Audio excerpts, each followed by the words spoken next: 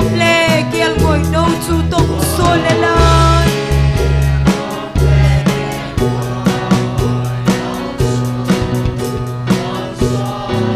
mi thing le seraphim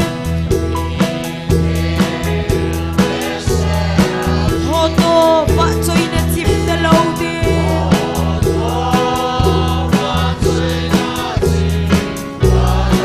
alo pi si thu hi ka sei zo thei poi o van se lang da kin ngai va choi na da ke dia kin ngai chu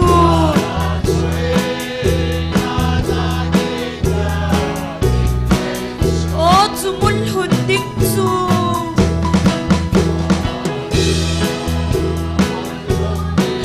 Leigen thei na hin ei dal sita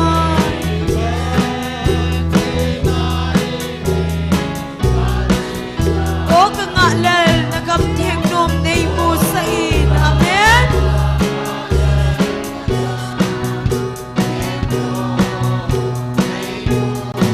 sona tum kau joya hallelujah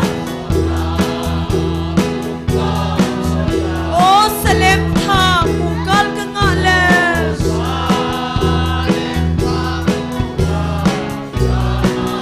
alo pi se thu hi ka sei zo thei poi o van se lang da gin nge va choi na da ke dia gin nge chu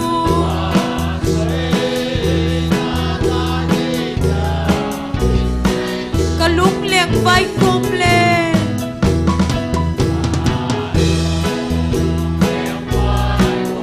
pakai hung lengin ka lung sunga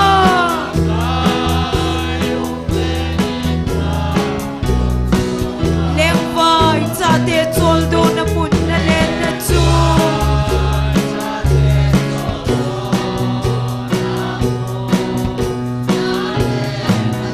nei helin ahum chen leigen thei na a ka len lai hi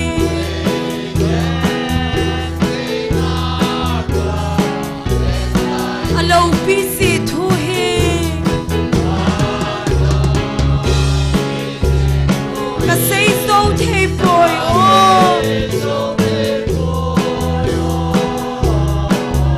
van se lang da gin ngai va choi na da ke dia gin ngai chu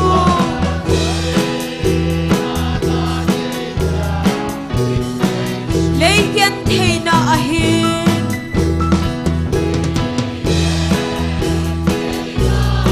leng vai sin kapin mau sin zong le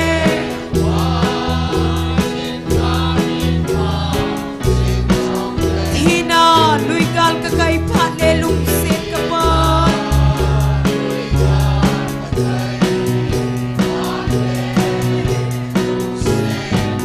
o ei na lam ton tin lung ton min hi so na bei dan te hallelujah alo pi si thu hi ka sei zo thei poi o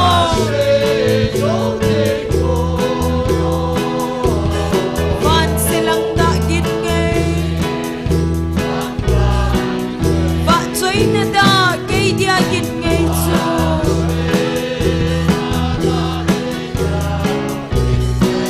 o chu mun na leng chu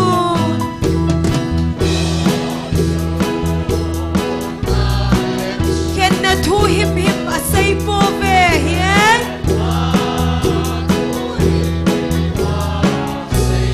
ku thiang nom le kial ngoi no chu tong so la la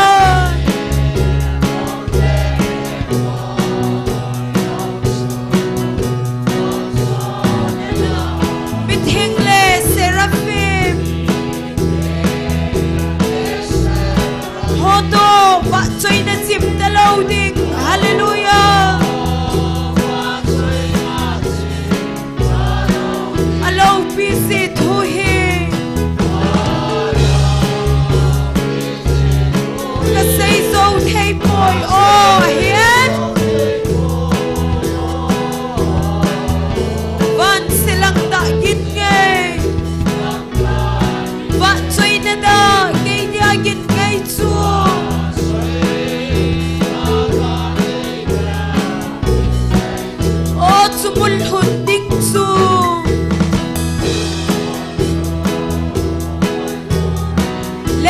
thei na hin ei dal si dai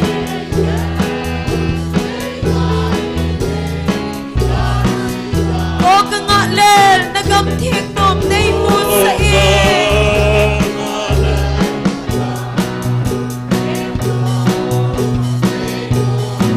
sona tum kau choya he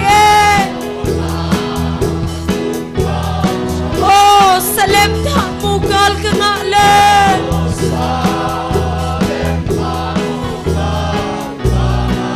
alo pi si thu hi amen ka sei zo thei poi o van silang da git ngai va choi na da ke ya git ngai chu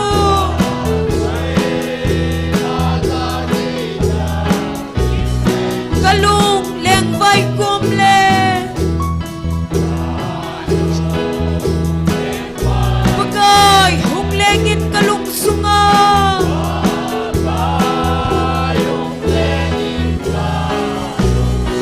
leng vai cha te chol do na mun na len na chu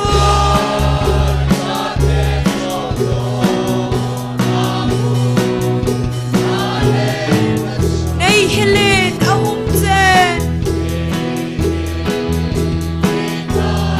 nei get thei na a kalen lai hi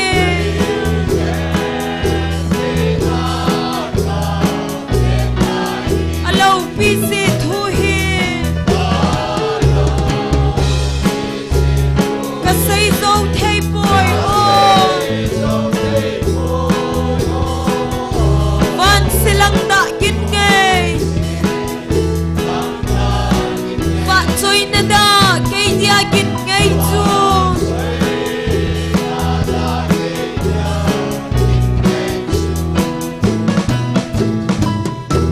hallelujah silung lenin ta sanin gal do nun silung lenin ta sanin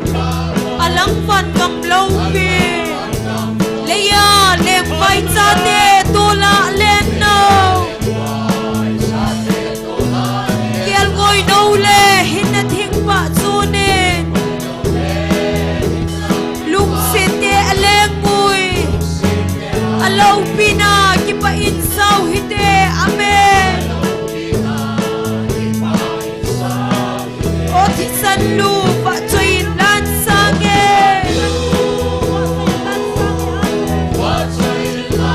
ei lung se na lo pi calvary al hat na thi san hallelujah pa choi lan oi singe lung gel singin kahin gal gon singui kipana anai ta lung se pa thi san zala kipana ibang pa be pathin chai hiu hi amen Kristan ay min bona kipana kim chu anato hi o thi san lu va choi lan sange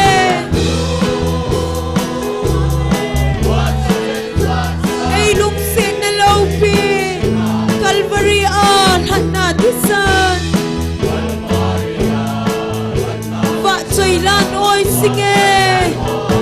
kei ding tu ma ki pa lo pi pen chu a hi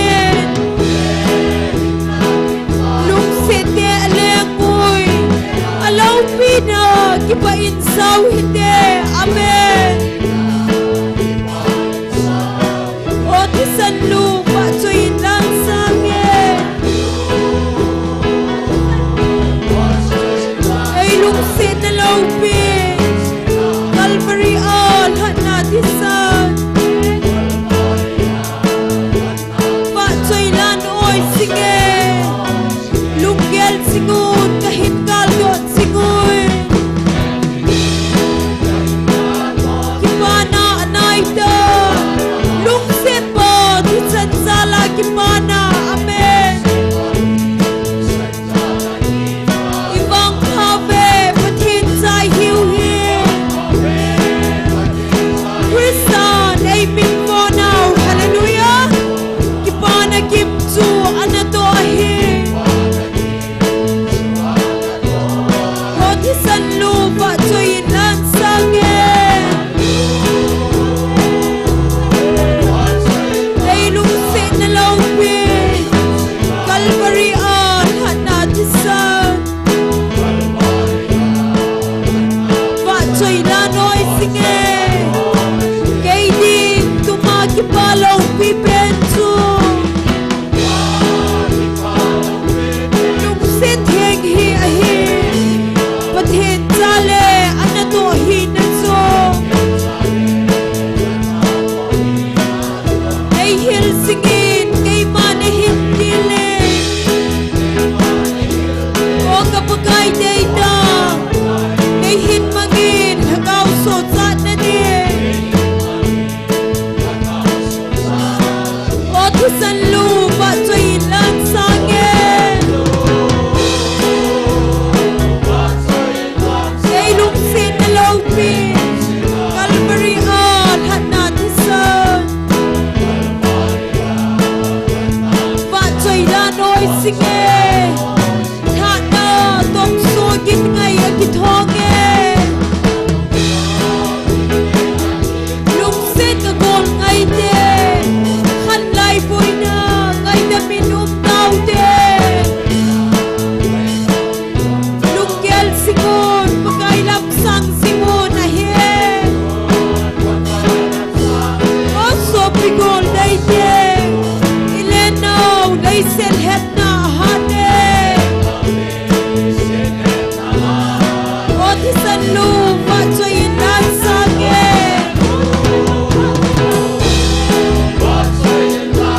Ay lungsin na longpi Calvary all hana tisan Ba choy lanoy sige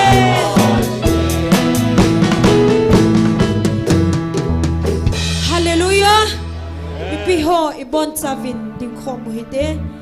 Chungvan gama ka ingot sa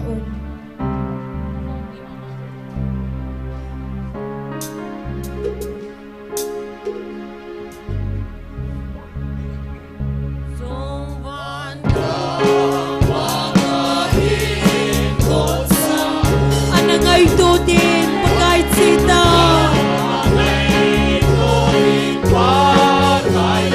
Hatam na gamno matsun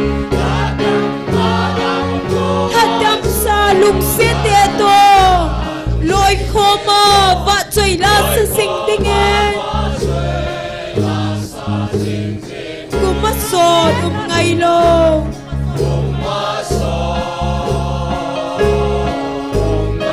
Kipana gamatsun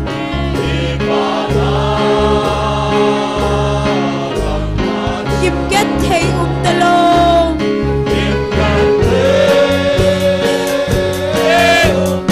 Sumunat sun hat may itending amen Kay tingin hat na puhong kita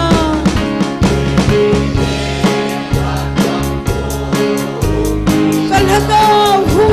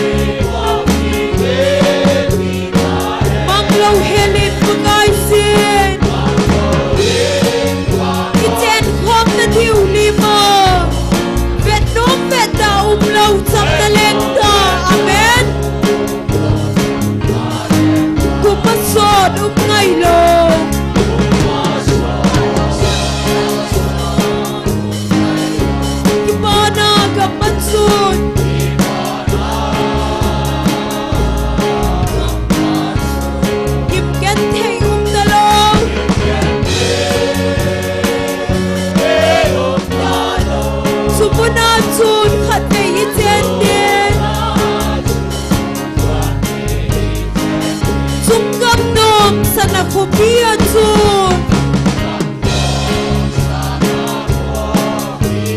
hilun he so gen thei talo amen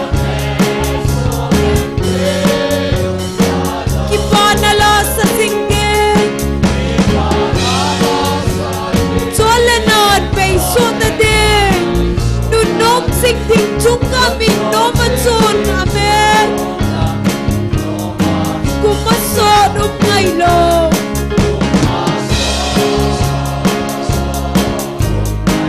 kipana gamatsun amen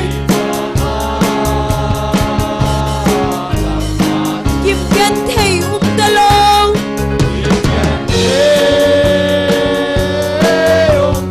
sumuna chun khat ve chen ne sungkan gama ka in gut sa hallelujah anangai tu di pagai sida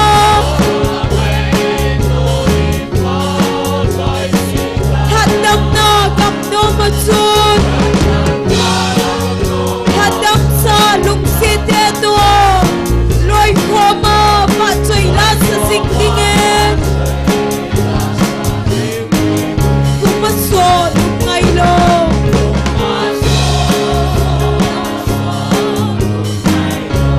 kipana gamatsun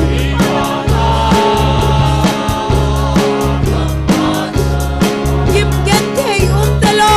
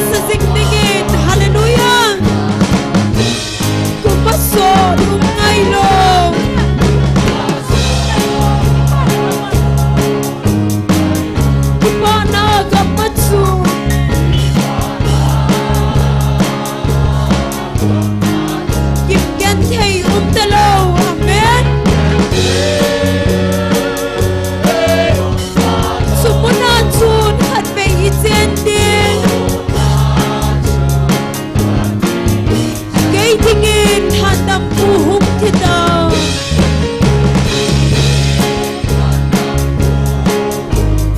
kalhako hudo na din sin amen sen gimna lay sen na hin na hien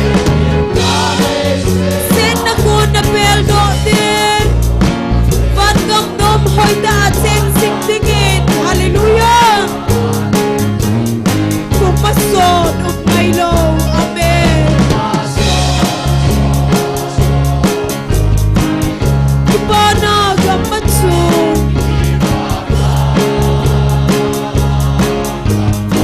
Gimget hay umdalawa hiye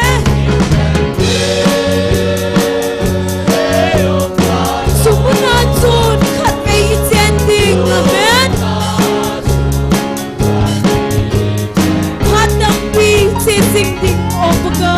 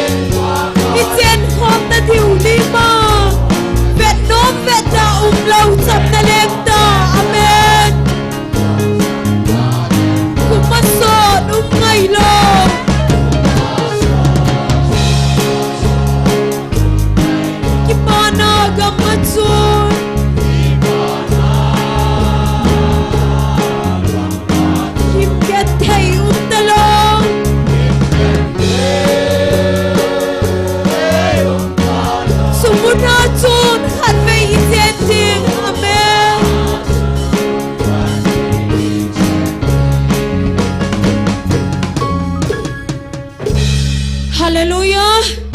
Pagaya pai. Pat Zosen.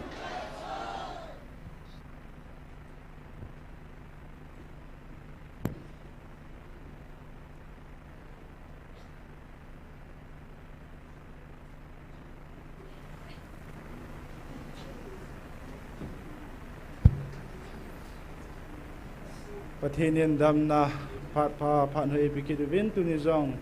hagaw mei ti ho ti ko ki thedinga pat phai piuwa awa chela ti ho jang ke pata thanom ta kambem be mai sa jalwin hitabang pat pa pan hoi piu pa pathin hijin ama sapen penin ama thangwa nai piwin he pathin hagaw thing thupon mun khanin simleng gate mun khan mun ni ahin tunin nang ho mi ham phan hiwe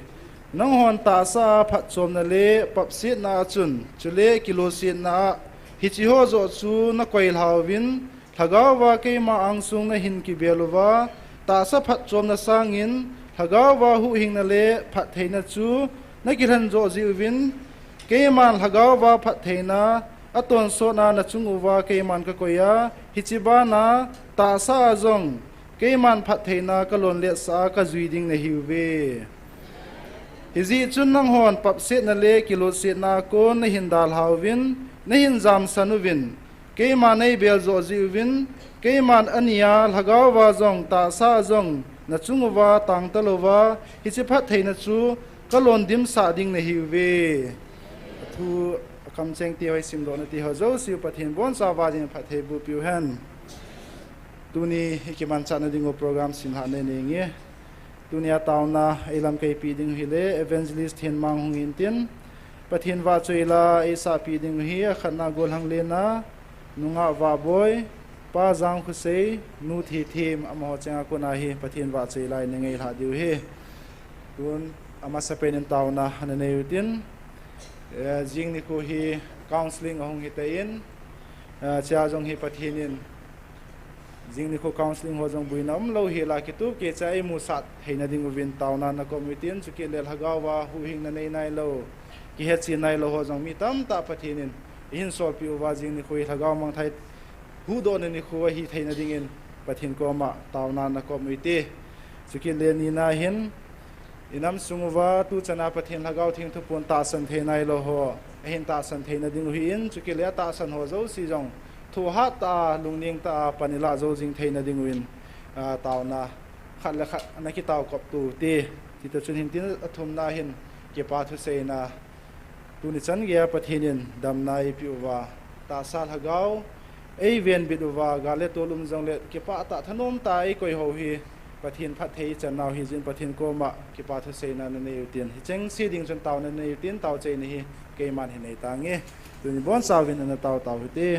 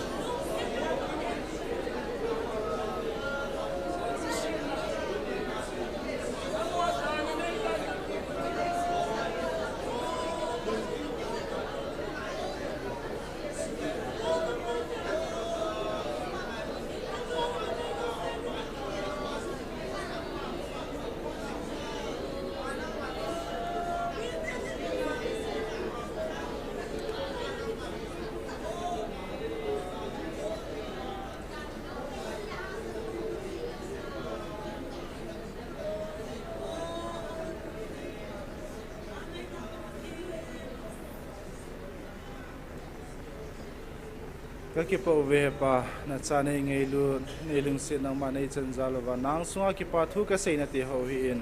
แต่ปะจิงนี่ข้อ counseling ที่เขาจังคิดตัวเกษตรนังมาในมุสาดีไงจากกระทุ่มนักกระตาวนาทีเขาหินก็ได้คือไงกระทุ่มที่เขาเจ้าสิวนังมาลุงเสียในสันปิวาพัฒนีปุปิยตุนี่ส่วนพัฒโปรแกรมที่เขาจังโปรลิงตานังมาในเจสาดีไงจากกระตาวนาทีเขาเจ้าสิวในสันปิวินที่ให้นาทีสันมันตั้มแต่ละโดน่าจะจิสุนมินักของตาวคงเวอาเมนตุนโปรแกรมบานนัดซาลุยตินประเทศวัดสุยลาเอซาปีดิ้งอามาสเปนาโกลฮังเลนะอามันหินซาปีมาสเปนวินตินอามันหินซาโจโจเลหินจอมดิ้งินนุงะวาบอยปาจังขุเซนูทีทีมอามาหัวเจงชาวบ้านบ้านองคิลาดิ้งินอามาหัวผัดเข็นปี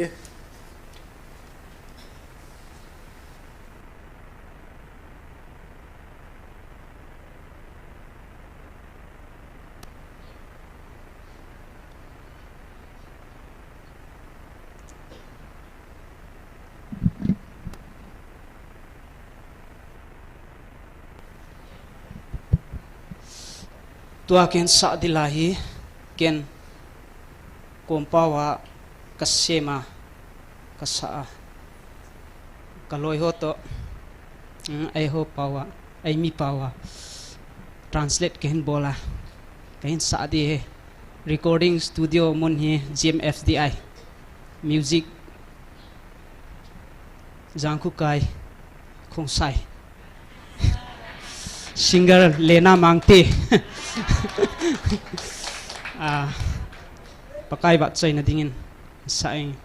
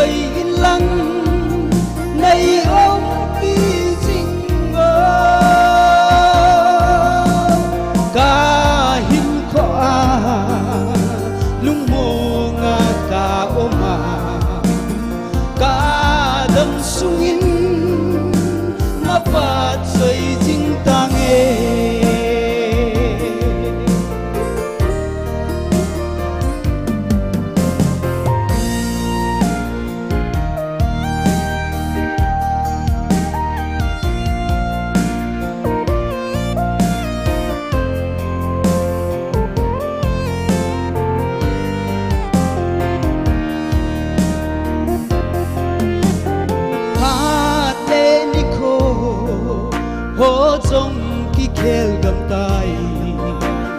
til so khalo o zong a so gam tai Bible today ho zong quy lung pan tai a kidang e til so zong se o leng Giêsu na lalim noi za chun nei koi ilang nei ong pi jing o ka hin kho a lung mo nga ka oma ka dang sungin na ba choi jing ta nge o leng Giêsu na lalim noi za chun nay quay in lăng nay ôm đi dinh ngơ ca hin khó a lung mô nga ca ôm ma ca đâm sung in na ba chơi dinh ta nghe ca đâm sung in na ba chơi dinh ta nghe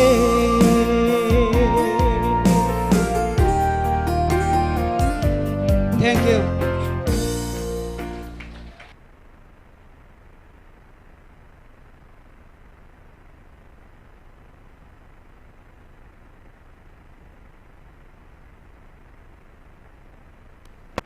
Hello. Pakai va chen dingen min ngai pen se so de la son sang.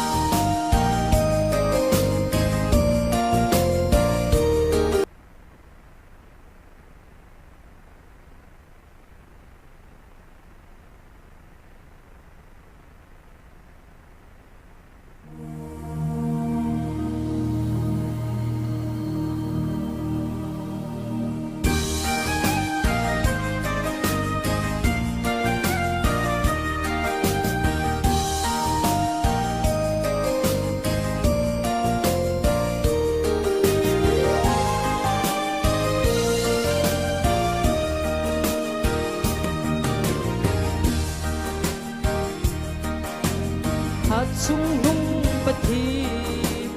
nuôi lấy xin để thắng ba na min ngay bên na him cây hồ dia ki hiel ngay lâu lim bel chung bát thi min ngay bên hát sung nung nang na him min ngay bên hát sung nung ba kai kan ba chơi cây hồ dia ba thi nu lâu bi bên na hi tun so song bi be ti nei lâu ba gai na hi hu so hi lâu na min ngei chuo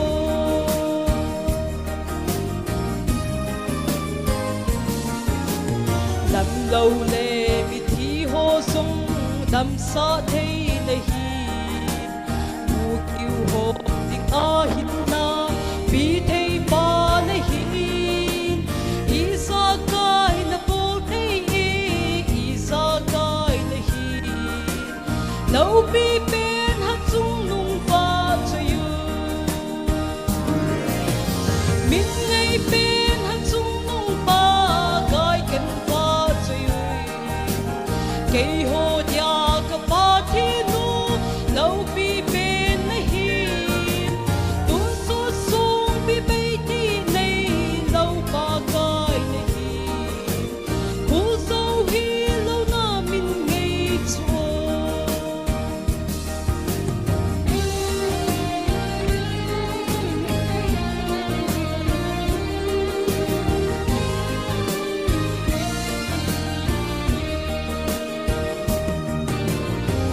phat na ahung lam si na mi te adin ni tin a ka ngai cha ho APC pathin chang na ai na tha ngai lo ai ron pi na hi mei ngai lu tang ai ngai lu lo min ngai pen han chung nong pa kai kan pa chei ke ho ja ka pa thi nu lo pi pen na hi tun so song pi pe ti ni lo pa kai na hi khu so hi lo na min ngai chu min ngai pen han chung nong pa kai kan pa chei ke ho ja ka pa thi nu lo pi pen na hi tun so song pi pe ti nei lo pa kai na hi khu so hi lo na min ngai chu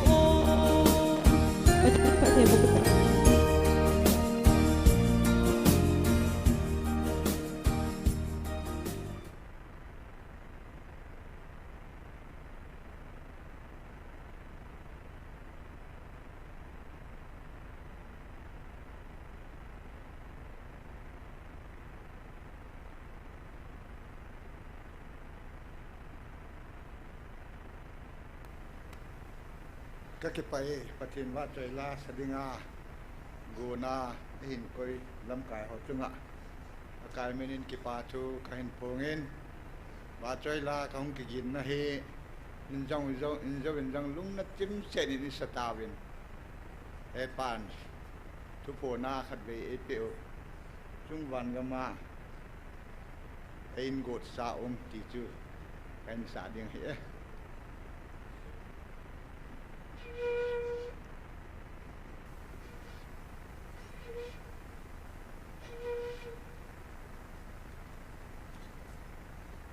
Miguel chim bilana tam be se ale ki gol to chelo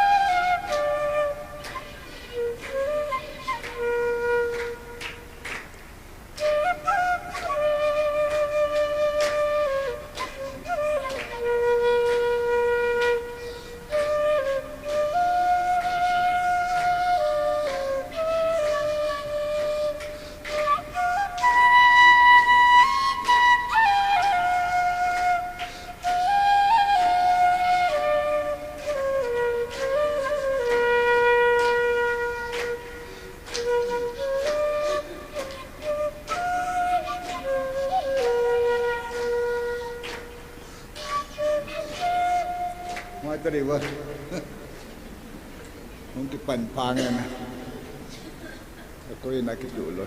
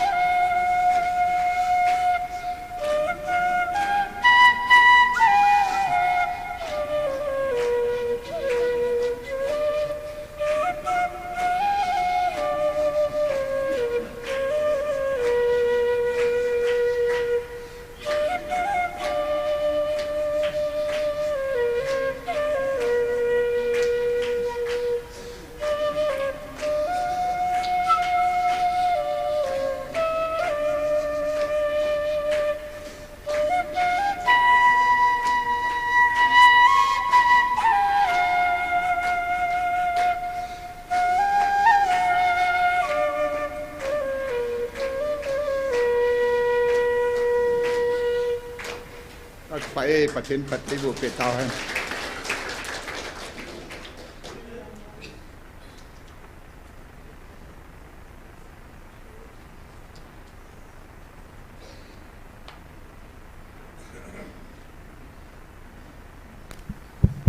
Hello, hello.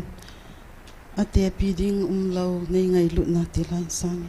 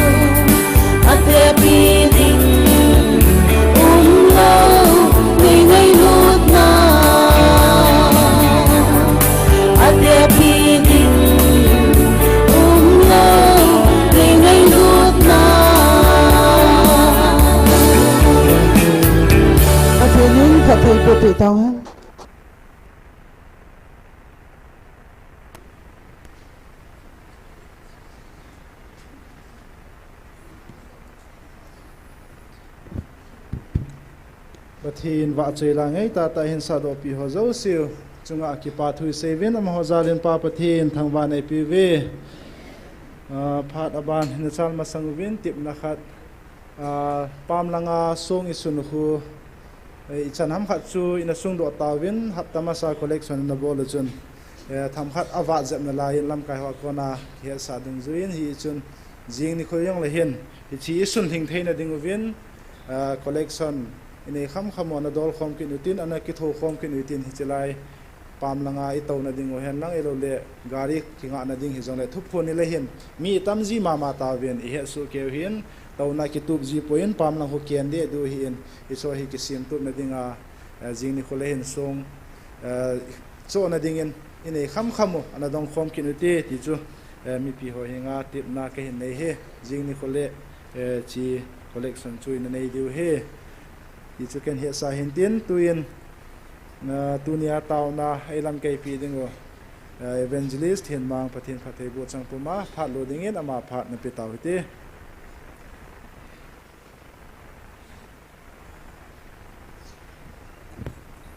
Hallelujah.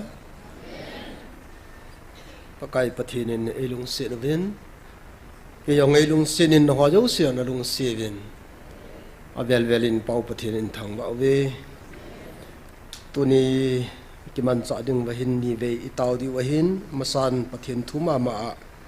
kitil khona an neu tin second ani chan da jong nikiloi khom kin utin phat masapenin bible chang sim da ingkate amos Ezra zo an siming katin Ezra bungit na he siming chang somni lakat somni lani hintin echi kasim jo tiang le bon chawa thulu khat ine diu kanomin siminge ahawa badung wachun keiman an ngolding ka somin hita chu ke hon kapathinu ang sunga ki ngai toma ki ngai tom na kanei theina di kanei thejuwa ke ho jong ka cha teu jong chule kathil keu zo seu jong ka cha te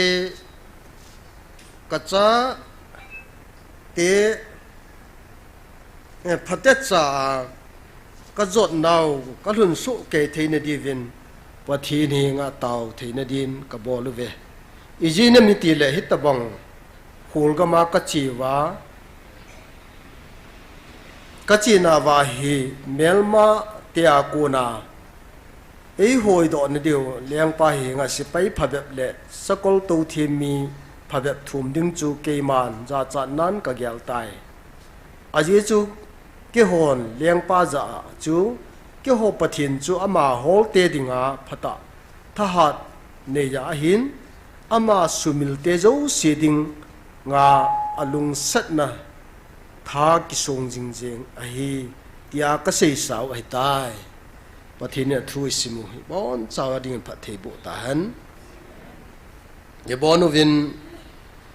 pathin jan an dingo hitin bible ai lut masang an thil khat ka ga sei no men tuni i topic ding wa kala nom chele kholjin hina wa pathin thon pi hina dewa pathin ngai chat jingo hi tol hanin tonen mi khat mi ni he ding khomotin ti chu na loi nu na loi pa ko ma thu na sei ding khat kan sei de hin amos bung thum chang thum dai hin ni ba nai le ki hu to masalowa mi ni ki zot khom thei mong nam ti decision ai lo le thulu nei nei ting le in I bol ding ho ki bol le hin mi ni chun lam zo ting jong le alam zo ding chu ki hu to masalowa ki lon khom the lo he dis most team ga ban se tu ni ni chalai mana pathinin ei ko naw pathinin ei vil naw awoi zata vin chu ting le athu tip jong he ta vin ai hallelujah akhuti ai le tu ni hi kadam sungin keiman hilaya akipung pa alpha le omega pathin hat chungnung pathin o kaza he kadam sunga ma ta kelhon khom jing ding kahi ti gol nu gol pa pasar nu nei het pin ti na thuru ding na sin de e chu tu nia ka se no mai inamu hi pathin hon pi hi lo wai le ilam thun lo dio he ka puna nei ka gelen inamu hi pathin ei pi lo wai le ilhon pi lo wai le lam thung lo de tunin midang hilovin na din na koma na loi nu na loi pa na ji pa ham ai lo le na din khom jong le tunin na sei deu chu phat kan pi de hin tunin hichalaya hat chu nung pathin ei vil pau to kilhon khom jing ding hi kadam lai ni phat kan ei sungin ke man pa kai nung ka zui de hin na koma ka phun do hin taw nan nei hejingin tin lang sei pan taw te le bon chawin khat koma hat chung nung pathin ei vil jing pau ama to kalhon khom jing ding a hi ama dal hapung ka te ama kadam sunga hi cha kanu si lo de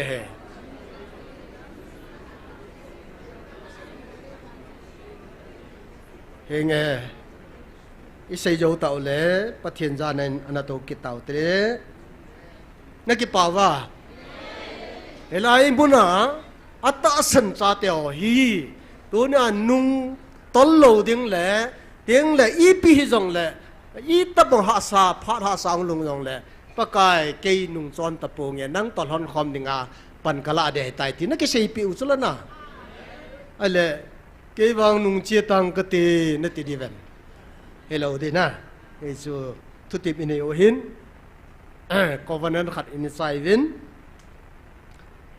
tonin Mei tarik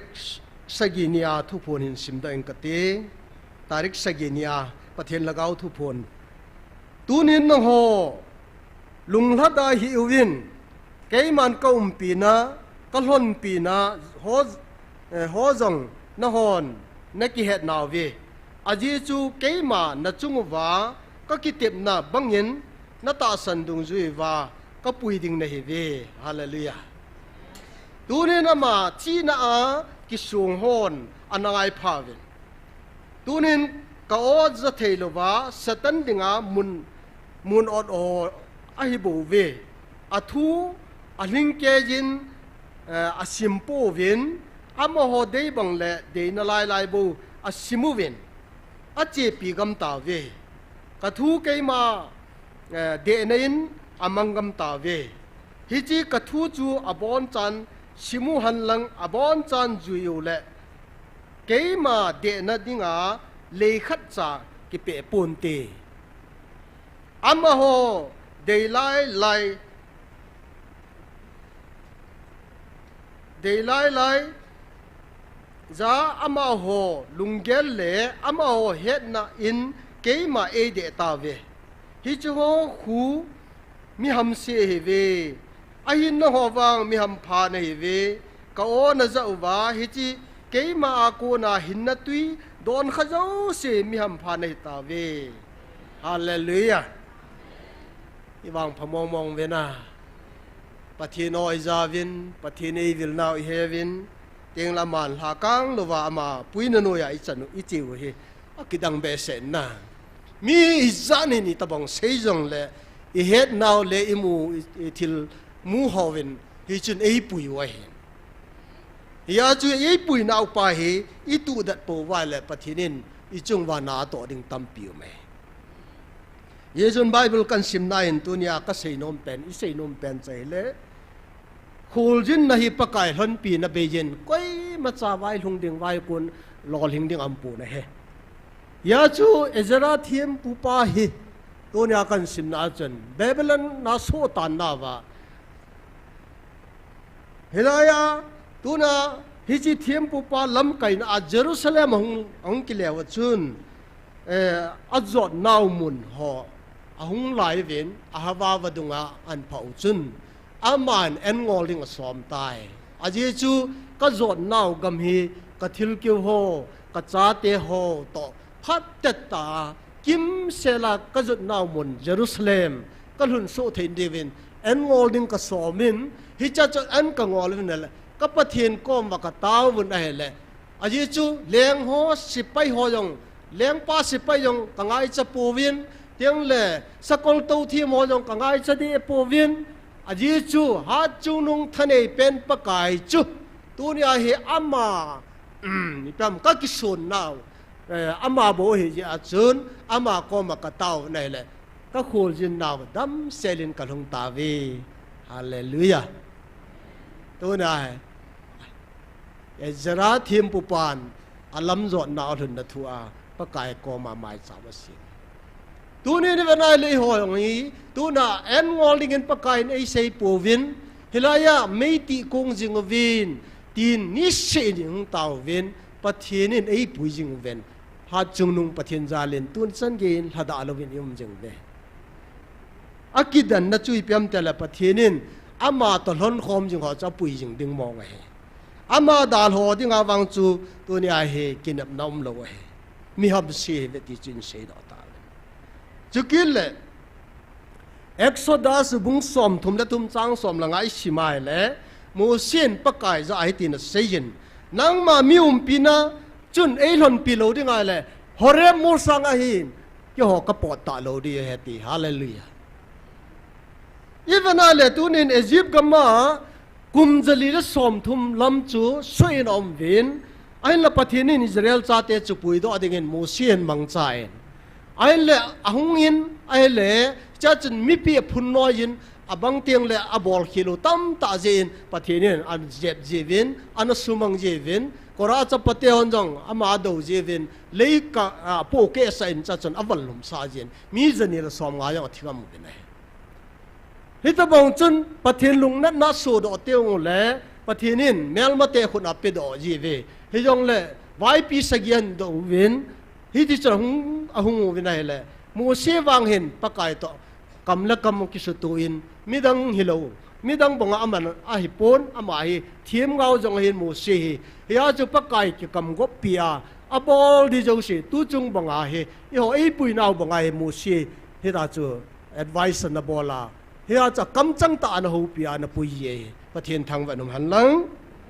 a ye chi ta bonga anna pui pa hi aman het chen mong yen mo si hi lam kai mo si hi wa noi pum pia dinga lam kai ama hi alung neng pen tin record na me nei ahin la ama ki san jong cha mi pi ten asulung hang ve nei hi ya chu mi pi ji a chu kanan ngam a chan lo he to na yo nam society elo le society jong hi banai le to ni hin lung han na dinga tamin ta sin na dia tamin tiếng lệ ipiam ikisu mo na di watama tamai tu ni ai sei nom pe no chi piam tai le mu si lam kai pi pu hi tu nen pathen nen alhon pi lo di ngai la pa kai hore mo sang hin kyo pot ta lo di kai ve at the ne lam kai mu sin pa kai pi na nang ma lhon pi na ka chan lo di ngai le tu nen hore mo la hin pot do da ta ngi ati ngam nei tu nay hon nam ho bung lam kai hian lang sia so hian lang yong le pathin nei nei pi lo wai le tu nei ke hoi ma cha bol ta po winge iti thelo wa he na a kho khat chu ka te na ai wa ngen mai chang pa cha na loven pu pe se pathinin helai bo ki sun pin ama pin na loven thil dang mo akin na pi pon pathin thang wa man hallelujah a ye chu tu nin mun dang danga a ko jong le alang khana helai he belen mi khat chen hi tin an se nen ho pin bol to gun la bol hin helai mai me taw na nin ai lo le lai bo bo mi pi ko men taw na ama chi khal khal ngai pu to ding la ki to ding lai khat ve chi jong la phadi ha pha yo sa la ho ki mu ngai pu an ti anang to ding to ho le to lo ho le ai pi yong la nang in hello chi ti ba na pa cha thei dam ka ti su ka kyo na wa chuna ama ni pia bolam ti bo hello wa na helai me a chi a hello ji a chi mi hem ke ti he na la sam ji a he til tam pi se khilu ma chu he na la sam ji a chi kami te su chang ki to le ti chu ho sia lang isai them ga ho chi vele aku dia le tu na het na la sab ja hilai mun dem hi adim do am cho ke wang chun akidem hoi ka don lo ai tai phan ma sa kan sei bang kalim sa ta lo ai ba jong ka vet lo mi khat chun an se ni la group chom khana chon evangelist pujang he anasathim ta bo ve eti ama se le se lo achu ke ima katilo ima de yong katilo mi pa cha dong ka de di lo pya pathini ei pa cha phot le mi dang ei pa cha yong lo kho ka sa lo ka hi na achu hi ding kai isu ka standpoint hi chun tunin so pite ho iti chani chon se soyum na lai deu ham iti chani ki sei se na yum na lai deu ham iti chani chon se bol na alo le thil se bol na itan na lai deu ham Israel cha te chu Egypt gama kum zali le som thum lang so in mi khut no yam na he tun jong in na mu hi mi noi sel mi ki chet na iti chan no ngap na lai yam na ti gel ngai so hoi ta study bolai na mu hi even nai le yimut na phadum thelo de su he jong le pathian a ki tiam pa in tu na hi ipya ma sei chui pa tu na i ti chan hi jong le tu na hi kong vil jing de kong vil jing ding ta sa le la ga wa tu na hi ke man ka tun do ding nei ve ti ja chu kilung mo ngai bo nei he lai ta san lo ho kinap na nei lo ho wang chu heart attack nga yong ding ka ta san ai wa gan pathian ni nei vil naw chalai man na ro men aya che lung mong ye ven pathian to gon na no ya ama to gon ama purpose dung ju ya he ai lol ama provision ai lol ato gon ho tam ta ho hi umai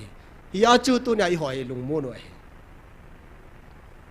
i ja se yong le han hilai mu na inamu he i pi yong le tung do ding a ki tiam pa hen atun do tho tho ding a hi ya chu to ne hen lung hada pu te online na hung pang ho chu tiếng le helai mu na ho ibon chawai tu ne ita san po vai le pathinin ei tun do de ti kinep lan lo di ata san lo ho wang chu mi ham si he ve ti hi in sim do ta ne ya chu pathin lon khom pi pathin pi pathinin ei vil na au hi isu mi lo di hi tu na i de sa pe na ai lo le ki de sa pe no inam pumpi a khutia le hilai mun a hin pathin epa ho pi wam epa sei pi wam ti to na he to de tam ta um hi ren dr sei boyen thu bu no hi chapter by chapter in ai lo le verse by verse in an explain jin an hil jin in so pp bol jin ama hingan sine pathin pe dung ja chan bol jin pasal thang neo jong lang khana ama hi thu chin alo le pi ti dam stewardship piam thil khat a changin ai cho memory ang ha nen ya cho thil ro si ya man record ama le khabu ta bangai yengen isim no mai le pasal thang neo ko ma sim ji ji de da ke wang chun alang pia ama ni kangan si thimin hi chalai explain ka ha bol pon ama wang chu ke man ka se hi piam tle pathian thu to ki to ai ilam zo di ka de ne pathian thu dung zu ya ilam zo vai pen tha vai ki sem phan vai namu hi pathian nei vil di i pom diu ka no me nei ama ki tep ne hi tu na i jui diu ka no me nei to na ta san lo hai mi ham se he ti banga phar khating le akhang ai ta chu wang sin na an lun dan di ti pathian promise ama ki tep na chu hi a khu ta le tu ne ai ho lam kai lin khat dan ni khat ni chen ko ki ho pin ka ho bung ho lai na chi au mu ve na ta ka te na sei khil ta chala ka ho bung ho nang ho bung na nei lo pia pathin ho bung pathin kel ngoi bo he tua ipu do ho hi ngo ai bo ve ka ti le NGO da nai bol wa da ni ki sem thu wa cha ki ga na ka ho bung chu nang ke hi pathin ho bung ka hen pathin ho in ka hen pathin cha ka hen pathin akel ngoi ti chu ke ka hen hi chu a ho bung chu di ta chu ke ma kai bo wen na hon ho bung na nei pu ve ka ti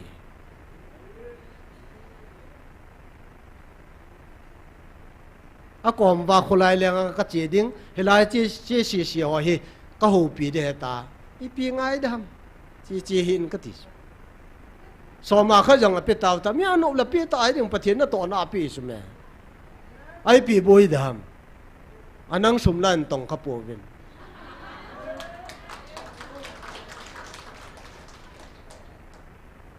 alai dunga in ki so le i gari ki cho no jong an ging mo vin ai le ya chu a jo na chu kin hi ta ka se hin ami na cho pi bo ve ai lom le pe ha pathian na to na tong a thing lo umin te athi a thing lo accept bowling ka no ma a ho mu a yo ka ni man ho na kila oi ka thi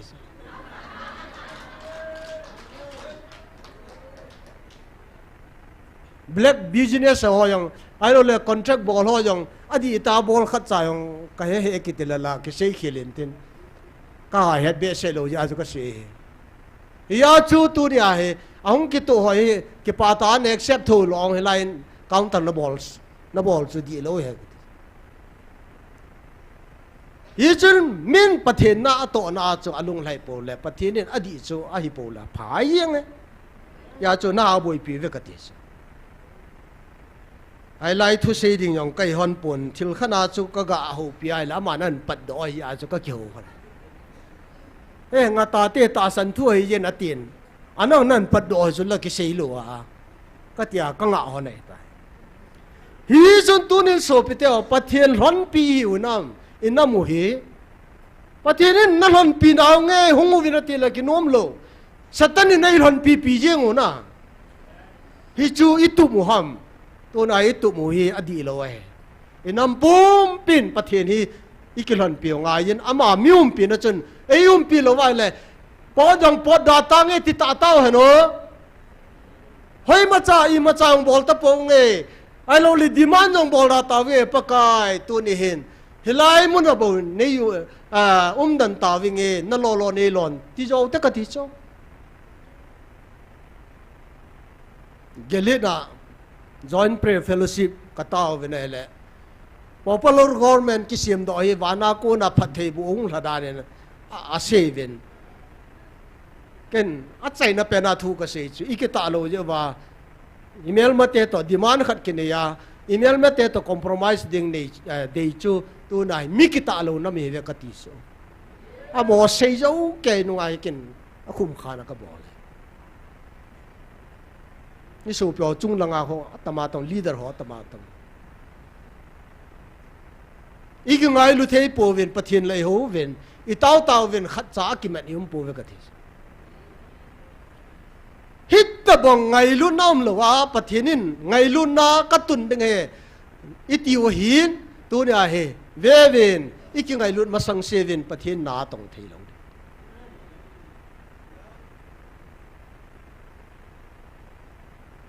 hi chu ka se so pite ho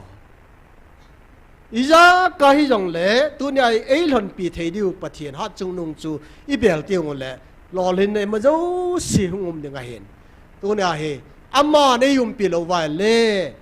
pakai pathin i da lo vai le ma nyo e da la di wa ma na phu ne ya chu tu ni hin amma wang helai mun ta san ho zo sin wang tu ni ni ta san nau hi pau pathin a ki pa pi i pau vin e phat sevin alung al hai nahi hallelujah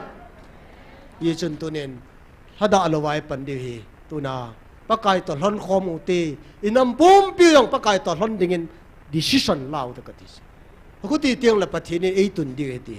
ki chen ta he na ba na tu ne a phat chom cha til khona kan nei hin tin pathin en phat thei bo pi han lang tao na ne o tin tu hin tao nei nei na ding va hin khana pathin to ki lon khom nam hi the ni ding tao te inam pum pi ding in na pakai to lon khom hi the ding tao te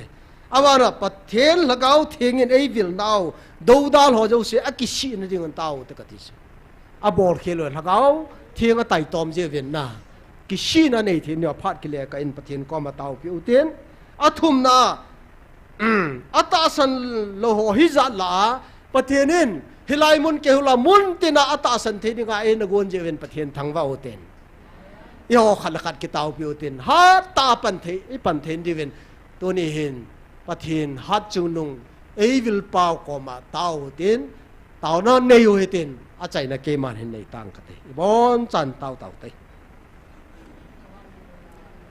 Namin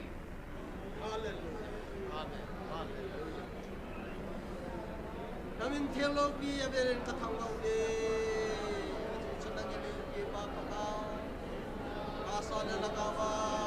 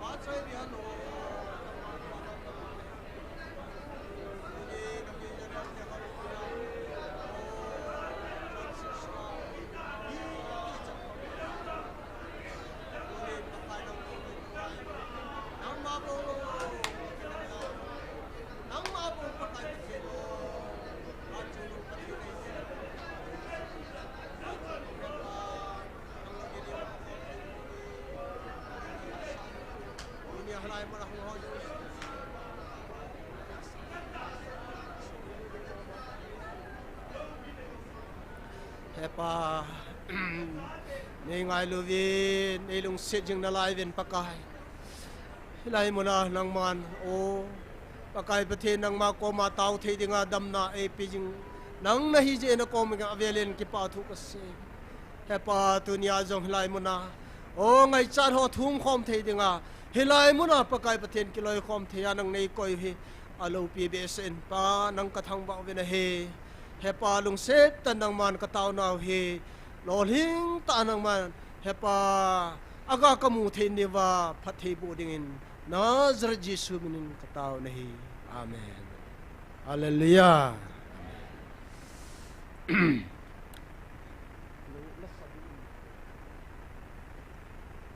la sadingam ta lo wale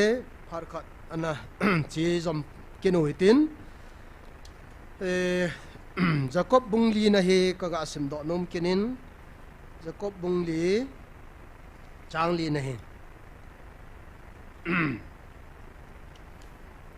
khat ve ni tau vai le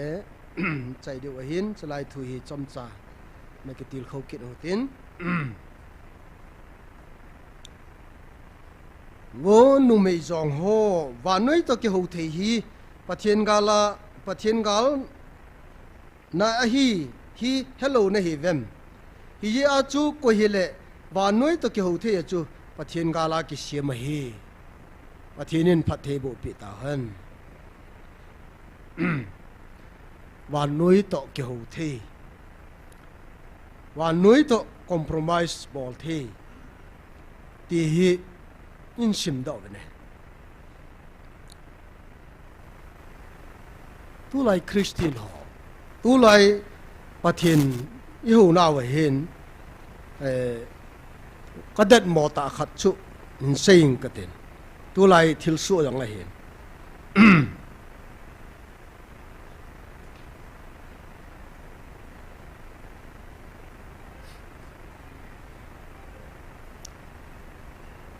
và san ding in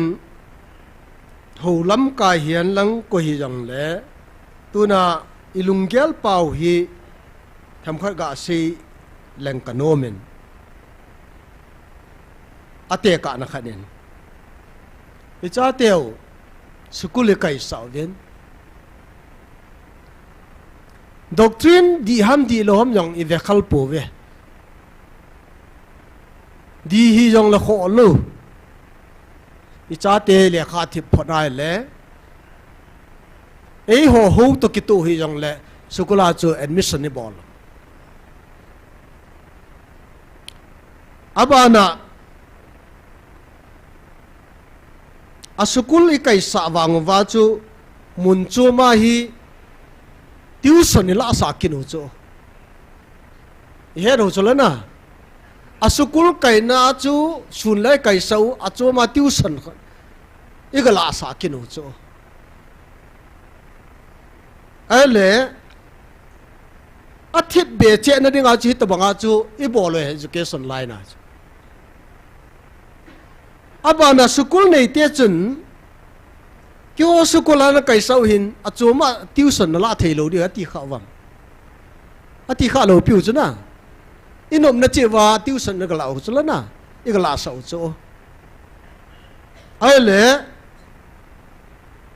sukul nei te chun mun chu man la the lo di he ti han lang hin pho ta le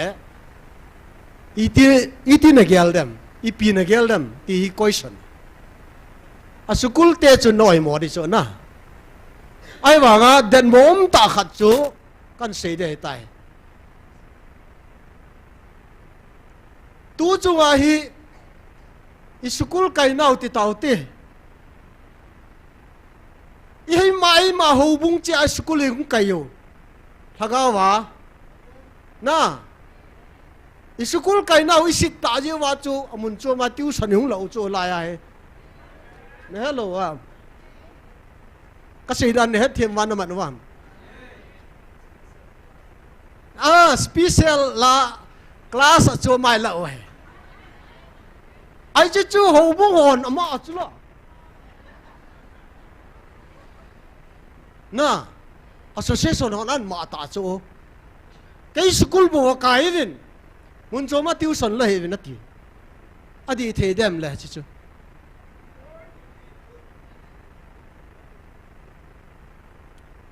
I pi jong le ke ho sung bo wa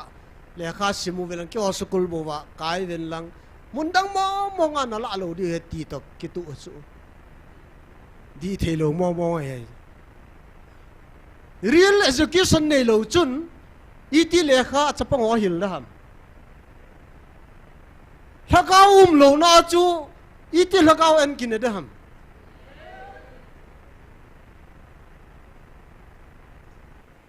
ai le min lagaw en chu adang cha pha na ho bunga ko na mun chu ma fellowship ngai cha na aga chia yong le na chi thei lo de ki ti chu di di na e ma thip na ding e ma ho bung ai lo le e ma en ai lo le e ma so chat na di lo ham ilagaw chu ho bung lam ka hon control theyam control thelo aku te le tu na hi freedom iu cho ai le tu na hi religion jong hi ama dei banga anop nu ma ki ho thei dinga tu na Indian constitution lo yam cho aku te le koi na control theyam chi hi control thelo ai wanga abol khil pen o chu mi a za daw pau chu abol khil lin pen hi chu tu ne hi ka se nom chi pyam tai le su pi te ho lagaw en nei lo chun lagaw en chu mi i tia pi ding mong ham tu na cha te chu na hil the ni dinga chu nang yong vat zui the ni hi ngai chu la nang in bol lo wa na cha te bol dinga ne hil le chun kun na thu la di ham lagaw nei lo chun lagaw hu hing na thu i tia sei pe the di ham hi chu education line na yong au min lagaw thu do la yong mai hi chu in nam min i he the lo je wa chu lagaw nei lo je wa chu hi chila ya thu phong yong i mat the lo hi chu ka se no me tu so pi te ho i pi jen tu na van noi ta kyo te yi pathian ga la ki sem nei lo ha ma ti hung di ta chu la i ho bung ho jo se hi compromise tam pi bo lo tu ni ai ho bung lam kai ding yang chu first class contractor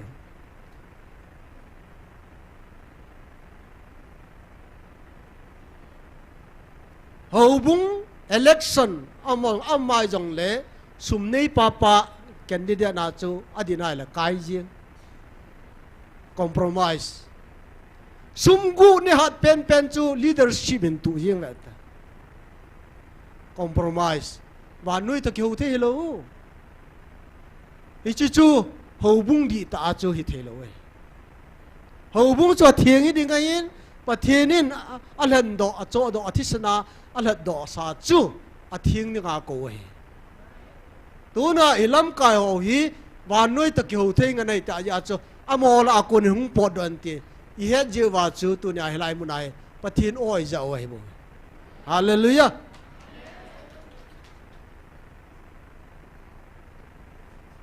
gazetted officer khat chu mo a mai lo chu ho bu ngai i pyam khat chairman a mai lo le hoi lam khana i cha ko na chu hung che kin in ta association na pan la kit thei chu ai wa nga agwa gu cha thei we ya isu pi ho win na sei chula cycle gu ho lo kam au men akurol an ne gu ho platform chang ve ti i chu society he na i ho bungai ta ne hiya chu tu na hi chola akon hung pod ovel la kai man hi chi tiang chu le a thiang anom teu la katun do de ti pa tu nia oi jau chu hallelujah hi chu me e ko na o ki su ki sem thau ven ho bunga ne gu corruption so bang ve ti su na thilwa lo adi lo business ho jang chu adi po a thiangin ki ve ven ti su me i chu i ma o chu i pyam adar ka i pi ingai cha ro ham i hon pi ding wa pathi nei ko we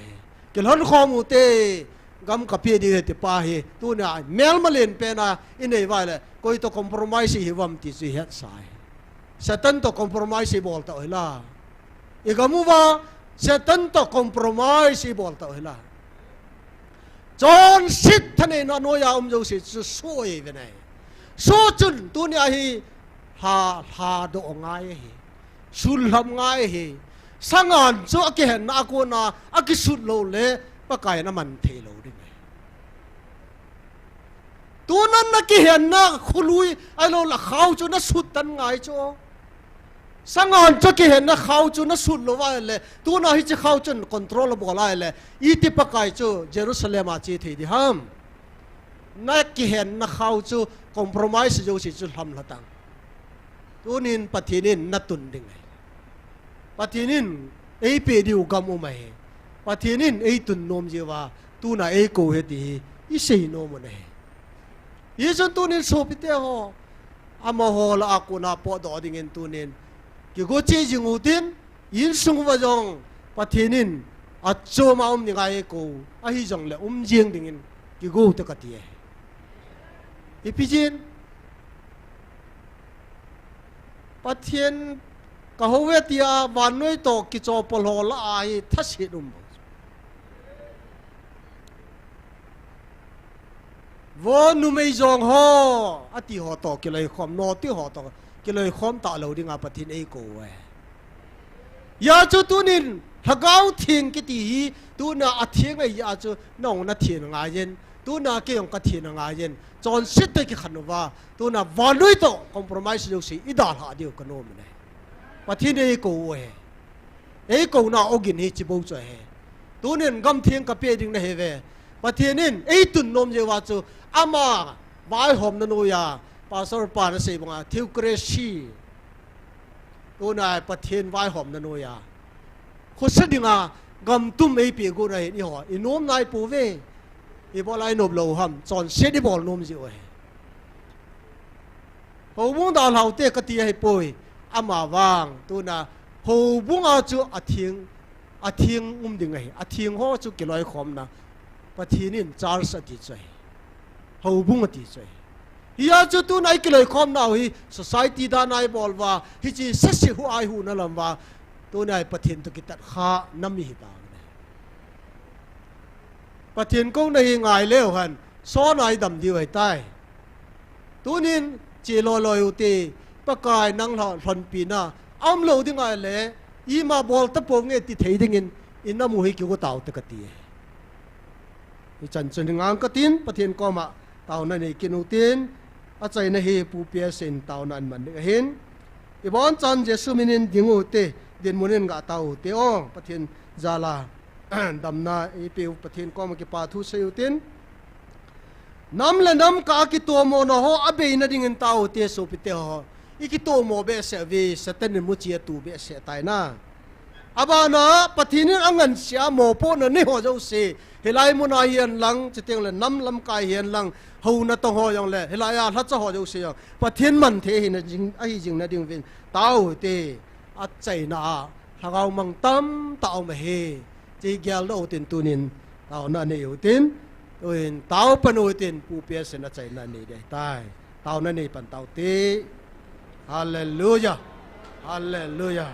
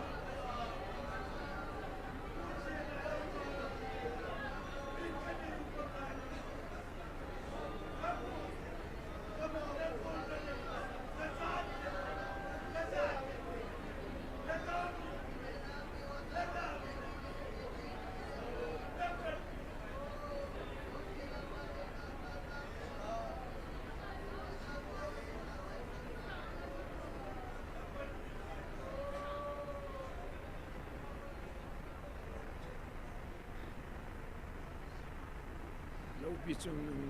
bám thiệt lal tàu na sang pe na tua sir phim te na va choi a thing Gabriel na din pi kapati tu di pa nangan na sa te nang mabin hoi ma sa ka chinom po be pa na milusin la nei pui hoi jingu ba o he pa ka ngai lu lagawa ka cha te ni ve lagawa Israel te ni ve ni ti je ne pa ka ki pa nang ka thang ba nam neo pen la sam pen ka hi ve tu jeng in jong he pa langa o tang khul ho me le ho ai lu le jileng rong la hon tu da bong chun sa ding ni gong lip jeng o ben hi ko ma na melung sen na ang sunga ka tau nau zal ai he pa mo ki pan do thei lo ai hin nang ka thang he pa so zo siang nang ma melung sen na je pa gal ki pati la pa na he pa na lung sen na zala gal zon ring ka pe na nam mi te na nga ko na ki sung lung mun na ni di ve wan noi zong kidangan sa na ti ai wang tu ni chan ge ne pa tu chan ge chi mam do the hi lai yen aje jo lam ka ho sa ho nam lam ka ho tam ta hi ni ko ma nalung set na muna nang man hen bel hi lai ve ni chi ya hi aga so tam ta ka mu di ho hi ka mu thei lu la ve ti ong ka he ven hi je chun he pa tu ni chan ge na ta san thei lu lai ho hi nang ma en nang ma man alung sung wa thu na se ya nan pu ya e pa na thu azang na se na long chuno ka za ka he ne hi alung ki si a ta san ho za la na tin e nge lung ki sa hung diu cha hi in ka nga la na hi aziz ma ho thagau bo hi lu lai jin ta sa bo hi ta bong in chon se na jong le ngai da ma thu ma mi lo nga na nga hung yo si na ngai dam the na hi ye chun tu ni doi le kau jong tamin thila jong ha nen e da mga lep chat ve am ho zo se na man hin sut lamin lang na lung se na zala nang ma nganin puilut pi diu ka taw nei mo si la mi pi de jong chun nang ma be na kal so no bo je se de pa phat ka jong chun Gabriel pak patien na suno ve som khan na vil lo di het ti chun o pakai patien ni vil lo di wa hele kai nei la jengan kai nei la jengan ti kan taw Gabriel ang sunga Gabriel kamanan pundo sa nei tunin jong he pa kanam mi David nang man nei pui lo di wa hele kai nei la jengin pakai nang ma ben hoi ma cha ka chi no po na ban nang ma kam chang ho ki agine ma ki ngaya thano ma nang ma bel singa mi pi la no yung ki khom kai bong he pa tu ne ko mong ki khom te se nu na chapang ho an aniau pen he pa ma ho zo se pa te pa na ti la jing ning ka taw nei online na hung ve ho zo se zo nei til ko bi jing bit lang na phanal na lo bi na ngai lut na hi nang ma na ta san thelu lai hon he thi mi jong le ke hon wang ka heaven ka gi pa ve pa wan noi nam hi zan la ke hon nam pe tai pa ne lu se ta sa ka len Israel te sang a jong ka ngai lu zo nei ve nei tv agi dang be sen ka gi pa ve pa na phan na nei pu hoi jing lang na ta san ki be jing han la na lo pi nei na cha sen ka mu so ba he pa na ma mi lung sin za za hi kanamu neitun piwa na se banga chu kingai lu ta nam thaling ta nang ma za nang ma ging chu le ban no ya zo nang ma thelo lai ho mu lo lai ho jong ka se piwa ban noi kam tin na melung se na ka pon do thei na ben tunin de tha sim ta ben ta na ngai lu na ngai cha ka ta he tu phanin ka bon cha ben ka te che kan thum be pa cho zo se ong che lung set pen ka pa ka Yesu ni nei san pi un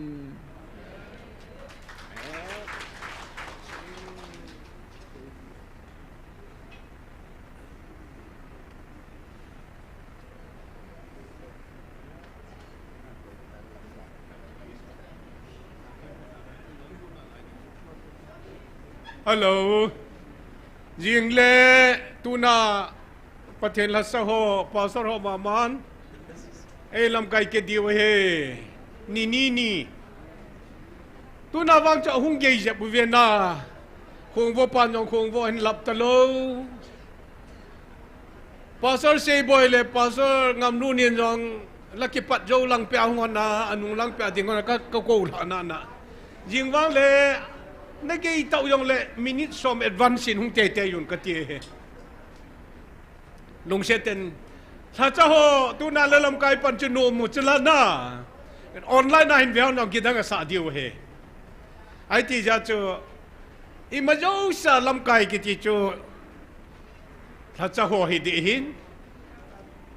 Tu na la cho ne lam kai yo.